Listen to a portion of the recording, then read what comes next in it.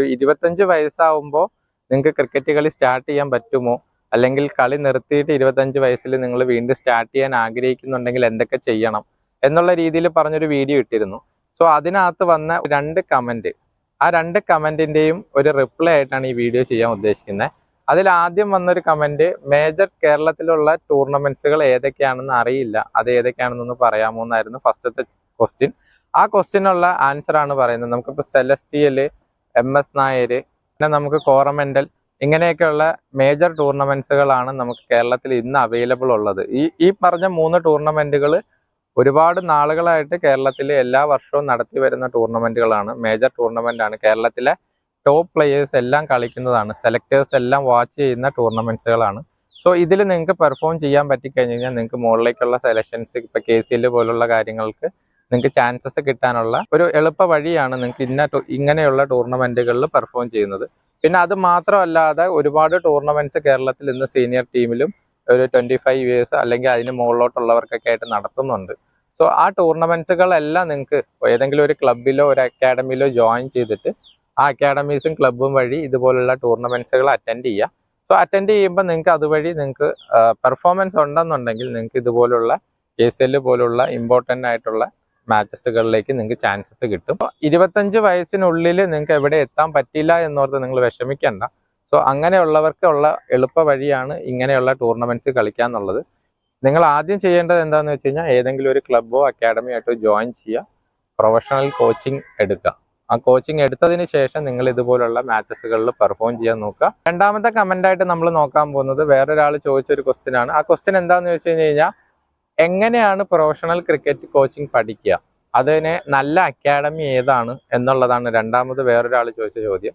So ഈ ക്വസ്റ്റ്യനുള്ള നമുക്കൊരു answer എന്ന് പറയാനായിട്ട്, പ്രൊഫഷണൽ ക്രിക്കറ്റ് കോച്ചിങ് പഠിക്കാനായിട്ട് നിങ്ങൾക്ക് ഡെയിലി പ്രാക്ടീസ് ഉള്ള അക്കാഡമീസിലോ ക്ലബ്ബ് ടീമുകളിലോ നിങ്ങൾക്ക് ജോയിൻ ചെയ്യാവുന്നതാണ്.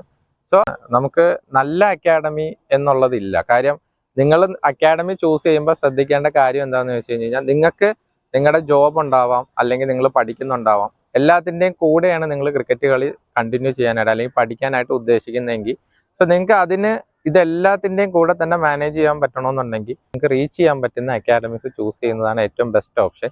അങ്ങനെ വരുമ്പോൾ നിങ്ങൾക്ക് ബാക്കിയുള്ള കാര്യങ്ങളൊന്നും ബുദ്ധിമുട്ടുണ്ടാവാതെ, അല്ലെങ്കിൽ ബാക്കിയുള്ള ഇപ്പോൾ പഠിത്തവും ജോലിയാണെങ്കിൽ അത് കോംപ്രമൈസ് ചെയ്യാതെ തന്നെ നിങ്ങൾക്ക് പ്രാക്ടീസും കാര്യങ്ങളും എല്ലാം മുന്നോട്ട് കൊണ്ടുപോകാൻ പറ്റും.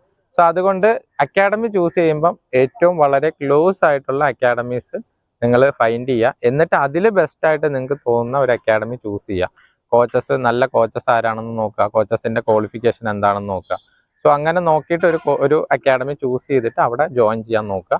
സോ അതിൻ്റെ കൂടെ തന്നെ പ്രൊഫഷണൽ ക്രിക്കറ്റ് എങ്ങനെ പഠിക്കാമെന്ന് ചോദിച്ചു കഴിഞ്ഞാൽ അതിന് ഒറ്റ ഉത്തരവേ ഉള്ളൂ, നല്ലൊരു കോച്ചിൻ്റെ അടുത്ത് പോവുക, കോച്ചിൻ്റെ അടുത്ത് നിന്ന് നല്ല സജഷൻസ് എടുക്കുക, കോച്ചിൻ്റെ ഇന്ന് ടെക്നിക്സ് കാര്യങ്ങളെല്ലാം പഠിച്ച് അത് നിങ്ങളുടെ പ്രാക്ടീസിൽ ഇപ്പം എല്ലാ ദിവസവും പ്രാക്ടീസ് ചെയ്യാൻ പറ്റുമെങ്കിൽ അത്രയും നല്ലത്.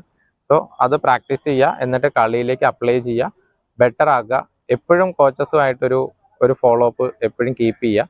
സോ അങ്ങനെ വരുമ്പോൾ നിങ്ങൾക്ക് ഒരു പ്രോപ്പർ രീതിയിൽ നിങ്ങൾക്ക് പ്രൊഫഷണൽ ക്രിക്കറ്റ് കോച്ചിങ് പഠിക്കാൻ പറ്റും. സോ അത് നിങ്ങളുടെ കളിയിൽ അപ്ലൈ ചെയ്ത് പെർഫോമൻസിലേക്ക് കൊണ്ടുവരാൻ നോക്കുക. 25 വയസ്സായാലും ഇല്ലെങ്കിലും നിങ്ങൾ എപ്പോഴും ഒരു അക്കാഡമി ചൂസ് ചെയ്യുമ്പോൾ ശ്രദ്ധിക്കേണ്ട കാര്യങ്ങളാണ് നമ്മൾ ഈ പറഞ്ഞത്. ഒന്ന്, നിങ്ങൾക്ക് ഏറ്റവും റീച്ച് ആവാൻ ഏറ്റവും എളുപ്പമുള്ള ഏരിയകളിലുള്ള അക്കാഡമീസ് ചൂസ് ചെയ്യാൻ നോക്കുക. അതാകുമ്പോൾ നിങ്ങൾക്ക് പല കാരണങ്ങൾ കൊണ്ട് നിങ്ങളുടെ പ്രാക്ടീസ് മുടക്കാതെ നിങ്ങൾക്ക് കളിക്കാൻ എല്ലാ വീക്കിലും അല്ലെങ്കിൽ എല്ലാ ദിവസവും നിങ്ങൾക്ക് പ്രാക്ടീസ് സെഷൻസ് ചെയ്യാനായിട്ട് അതൊരു എളുപ്പ വഴിയാണ്.